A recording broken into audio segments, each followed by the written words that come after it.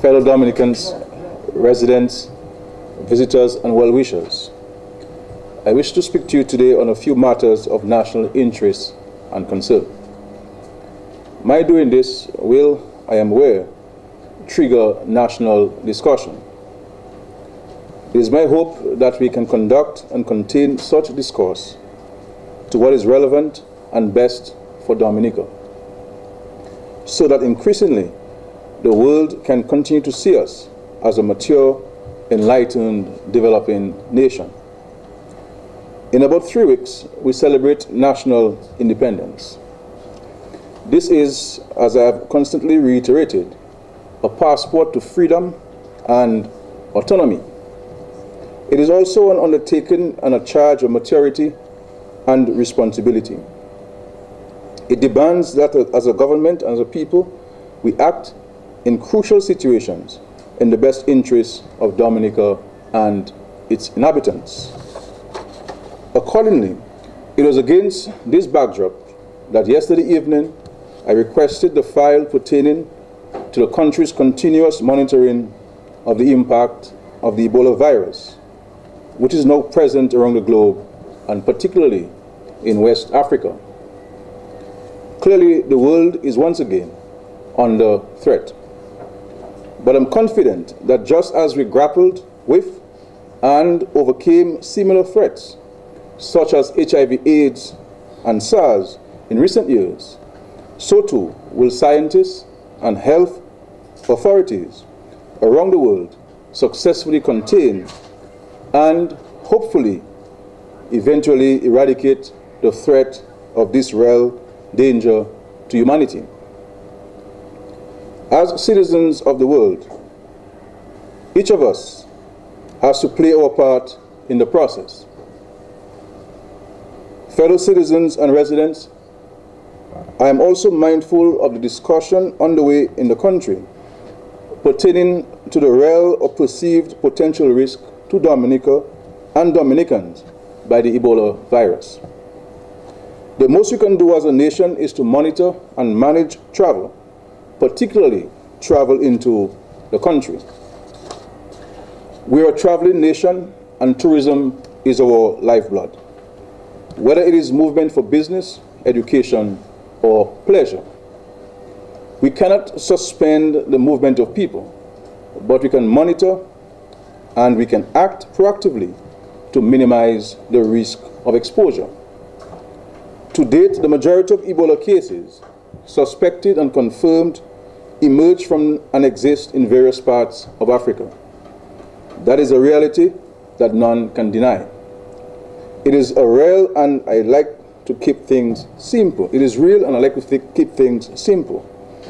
We have to pay close attention to travel to and from Africa and other regions under direct or potential threat of the Ebola virus. These are early days yet, but precaution is absolutely necessary.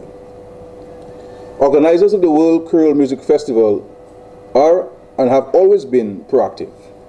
Several months ago, even before the hosting of last year's event, they would have made contact with and contracted entertainment bands from around the globe. Indeed, I am told that there are already inquiries and preliminary agreements for appearances at next year's festival. Forward planning is wise, and theirs in that regard is commendable. But forward planning is also fraught with risk. To select and confirm entertainers, you have to enter into negotiations and agree on contracts that are legally binding. The reversal or unlocking of the same is normally a matter for legal operatives. However, the Prime Minister, as chief lawmaker, is charged with the wider responsibility of acting first and always in the nation's interest. This year's lineup of contracted performing artists at the World Creole Music Festival includes the band called Flavor from Nigeria, with a total party of 4 traveling from Nigeria to Dominica. There is also a second band comprised of persons of African origin, but who are based outside of Africa. Indeed, its 8 members are booked to travel from Paris Montreal, and New York. I am also informed that members of this band, Sukus Stars, have not traveled within recent times to regions severely impacted by the Ebola virus. Given the heightened nature of screening in their countries of residence, they can be characterized as low risk in the context of the emerging global threat of Ebola. That group, therefore, is not of special concern to me or my government in the context of the Ebola threat at this time. However, even though, like all other pandemics, no one can ever be sure who has been exposed to or fallen victim to Ebola, information and awareness must be factored into all considerations. Until a firm grip is secured on this Ebola virus, the world has to pay special attention to regions of its predominance. West Africa, as I said previously, is one such region. I have reviewed the file with respect to the contractual arrangements entered into with the Flavor Band out of Nigeria. To date, a total of EC $147,000 has been expended on professional fees and international travel by this group. This is a lot of money, but in my view, it pales into insignificance when matched against the consequences of exposing the people of this region to the risk of the Ebola virus. I would like to think that reason and common sense can and will prevail. But I readily acknowledge that the law is the law, and contracts negotiated can, at best, be renegotiated. Accordingly, purely out of an abundance of caution, I have today instructed the organizers of the 18th Annual World Creole Music Festival to meet with officials of the relevant legal departments of government to determine among themselves how the matter of a renegotiation of the Flavor contract can be entered into. Flavor is obviously a talented band, and we would like to welcome them to Dominica at some point. Indeed, I would love if, by this time next year, the Ebola virus could have been brought under control, if not eradicated. Regions around the world cleared of the threat of the virus, and entertainers, such as Flavor, could visit and perform in Dominica. This indeed would be my wish for the outcome of the discussions that will be entered into. But for the time being, I have advised the organizers of the World Creole Music Festival that the government of Dominica would not be prepared at this time to sponsor or embrace the visit of persons from a universally recognized Zone 1 area of the dreaded Ebola virus. Fellow Dominicans and friends, this is the decision of the government. It is final.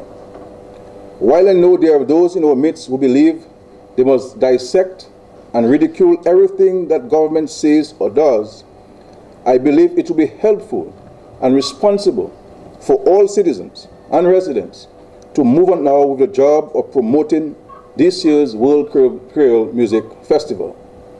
We have an impressive array of talent from around the world. Without Flavor, the lineup remains impressive, and I insist that there is the potential for this year's World Creole Music Festival to be the best ever. All it takes now is for citizens and residents to join in the promotion and in the hosting of this spectacular event. The second point of reference today pertains as well to a manifestation of national pride and responsibility. Dominica has been blessed with excellent leaders over the years. Time would not permit me to recap them all, and frankly, I do not think it is necessary to do. On this occasion, however, I wish to highlight the role and the demise of two former leaders who, history will show, made the ultimate sacrifice in the service of this nation.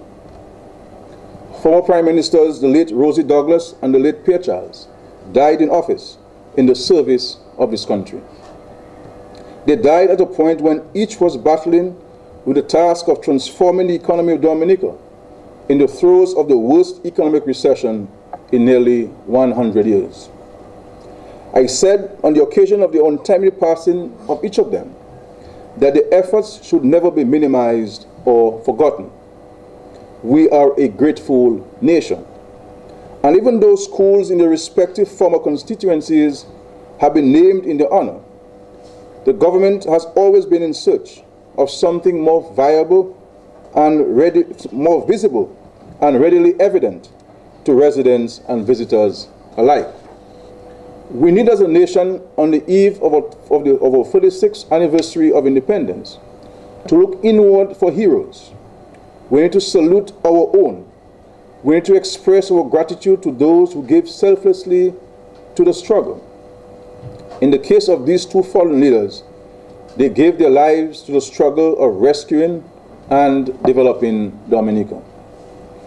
2 weeks ago, I made a presentation to the Cabinet of Ministers in which it was recommended that we use the single largest manifestation of progress and modernity in Dominica over the past 10 years as a fitting and lasting tribute to the contribution of late Prime Ministers Rosie Douglas and Pierre Charles to Dominica.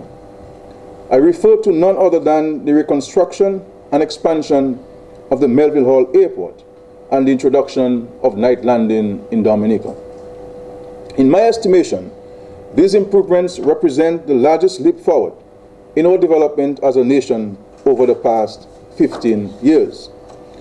I am therefore pleased to announce that at its regular meeting of Tuesday, October 7, 2014, the Cabinet of Ministers ratified its earlier decision to have the Melville Airport formally renamed the Douglas Charles Airport. As a tribute to and in honor of late Prime Ministers Rosie Douglas and Pierre Charles, I take this opportunity to invite all Dominicans, residents and visitors to a grand renaming ceremony at Melville Hall on the evening of Monday, October 27, 2014. Details of this event and the arrangements that will be made island-wide to transport persons to Melville Hall will be announced by the National Committee charged with the coordination of this event. Finally, but certainly of no less importance, is the announcement of plans for the formal opening and renaming of the new and expanded highway from Melville Hall to Pocassing. This too represents a giant step forward in the ongoing development of Dominica. The ceremony for the official opening of that highway will be held on Thursday, 30th October. Again, details of this event will be made public by the relevant committee charged with its coordination. Suffice to say that Monday, October 27th and Thursday, October 30th are dates that all Dominicans should commit to the diaries as days with events of national importance. Ladies and gentlemen of the media, I believe there is enough from what I have said to inform your stories. If there are any areas of doubt or misunderstanding relating to anything I have said here today, I will gladly clarify